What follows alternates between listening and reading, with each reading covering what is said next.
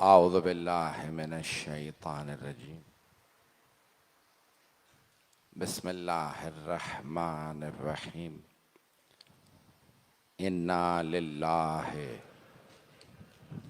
و انا الیہ راجعون رضا بقضائہ و تسلیما لامرہ۔ آج آپ لوگ اندھیرے میں بیٹھے ہیں، کچھ لوگ باہر خاک پہ بیٹھے ہیں، لیکن یہ اندھیرا جاری تو نہیں رہے گا۔ کچھ ہی دیر میں آپ اپنے گھروں کو لوٹ جائیں گے، دوبارہ چراغ جلا لیے جائیں گے۔ جو خاک پہ بیٹھے ہیں وہ دوبارہ نرم بستر پہ چلے جائیں گے، لیکن وہ جو شام غریبہ میں بیویاں تھیں وہ خاک ہی پہ بیٹھی رہ گئے۔ اجرکم اللہ۔ پتہ نہیں شام غریبہ پڑھ پاؤں یا نہ پڑھ پاؤں۔ بڑے بڑے بزرگ علماء سے سوال کیا گیا کون سی روایت درست ہے؟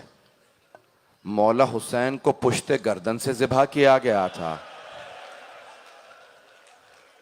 یا سامنے سے ذبح کیا گیا یا گلے کے گودال میں نیزہ مارا گیا تھا؟ روایت کون سی درست ہے؟ ان تینوں روایات میں کون سی روایت درست ہے؟ جب مرحوم آیت اللہ شیخ جعفر شوشتری سے پوچھا کہ یہ تینوں روایات ہیں، بتائیے کون سی درست ہے؟ وہ تڑپ کے رونے لگے، کہا تینوں درست ہے۔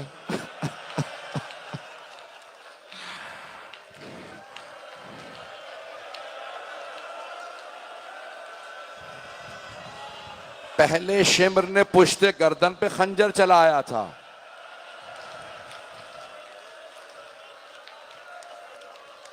میں آپ کو نظر آ رہا ہوں، جو دیکھ سکتے ہیں وہ دیکھیں۔ اب انہوں نے مرحوم نے فرمایا پہلے شمر نے سر سے عمامہ اتارا، پشت گردن پہ خنجر چلایا۔ پہلے خنجر کے چلنے پہ جناب آدم نے رخ موڑ لیا، کہا یا رسول اللہ اب آپ جانے اور حسین جانے، اس سے آگے میں دیکھ نہیں پاؤں گا۔ دوسرا خنجر جب شمر نے چلایا تو جناب نوح نے کہا یا رسول اللہ اب آپ جانے اور حسین جانے، اس سے آگے میں بھی نہیں دیکھ پاؤں گا۔ جب تیسرا خنجر چلا نا تو جناب ابراہیم نے کہا یا رسول اللہ میں نے جب اسماعیل کے گلے پہ چھری رکھی تھی میں نے آنکھوں پہ پٹی باندھ لی تھی، یا رسول اللہ مجھے معاف کر دیں، اس سے آگے میں بھی دیکھ نہیں پاؤں گا۔ خنجر چلتے رہے، سارے انبیاء نے رخ پھیر لیے۔ ایک ایسا مرحلہ آیا کہ رسول خدا نے فرمایا یا علی اب آپ جانے اور حسین، اس سے آگے اب میں بھی دیکھ نہیں پاؤں گا۔ رسول خدا نے بھی رخ پھیر لیا۔ ایک ایسا لحظہ آیا کہ امیر المؤمنین نے کہا سیدہ اب آپ جانے اور حسین، اس سے آگے میں بھی دیکھ نہیں پاؤں گا۔ ہاتھ جوڑ کے کہہ رہا ہوں میری طرف دیکھیے گا۔ جب سارے انبیاء نے ائمہ نے رخ پھیر لیا، جناب سیدہ آگے بڑھیں، برقعے کا دامن پھیلایا، مولا حسین کے سر کے نیچے رکھا، ہاتھوں کو گردن پہ رکھا اور سر کو بلند کر کے کہا پروردگارا گواہ رہنا میں نے چکیاں پیس کے پالا تھا،